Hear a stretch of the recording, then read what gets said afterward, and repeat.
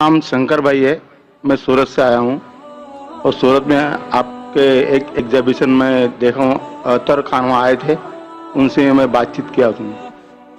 तो मेरा सवाल ये है कि इस्लाम पाक नापाक में बहुत मानता है।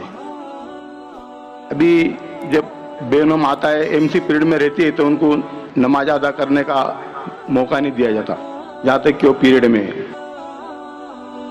और फिर जब इंसान माता के अंदर में उसका जन्म होता है, तो वही एमसी पीरियड्स में जो एमसी पीरियड का जो मटेरियल है उससे ही इंसान की जिस्म बनता है। तो फिर क्या हमारा पूरा शरीर पाक है या नापाक है? इसके बारे में समझाने का प्रयास कीजिए। भाई साहब का बहुत अच्छा सवाल है।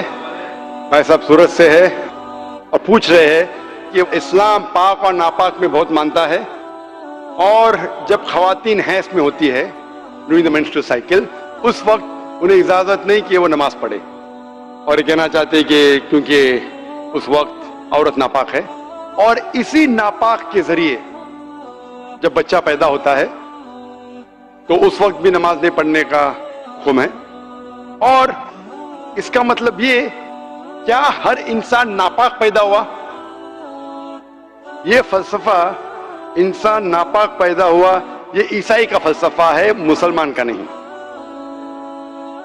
ये जो आपने एग्जाम्पल दिया, मिसाल दी, उससे गलतफहमी हो सकती है, लेकिन मैं आपकी गलतफहमी को दूर करूंगा इंशाअल्लाह।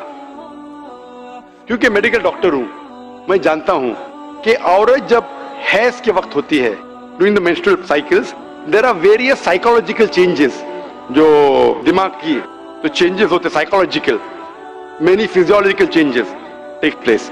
तो इस चेंजेस के वजह से अल्लाह सुब्हाना व तआला ने औरतों को छूट दी है कि ऐसी हालत में आप नमाज पढ़ने की आपको जरूरत नहीं।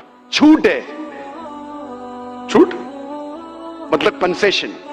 तो जब किसी आदमी को या औरत को कंसेशन दी जाती, उसका मतलब नहीं कि ये उसे जलील कर रहा है, समझ रहे अपना। तो छूट दी जाती कि आप इस वक्त जब हैज की हालत में आपको नमाज पढ़ने की जरूरत नहीं है, समझ रहे अपना।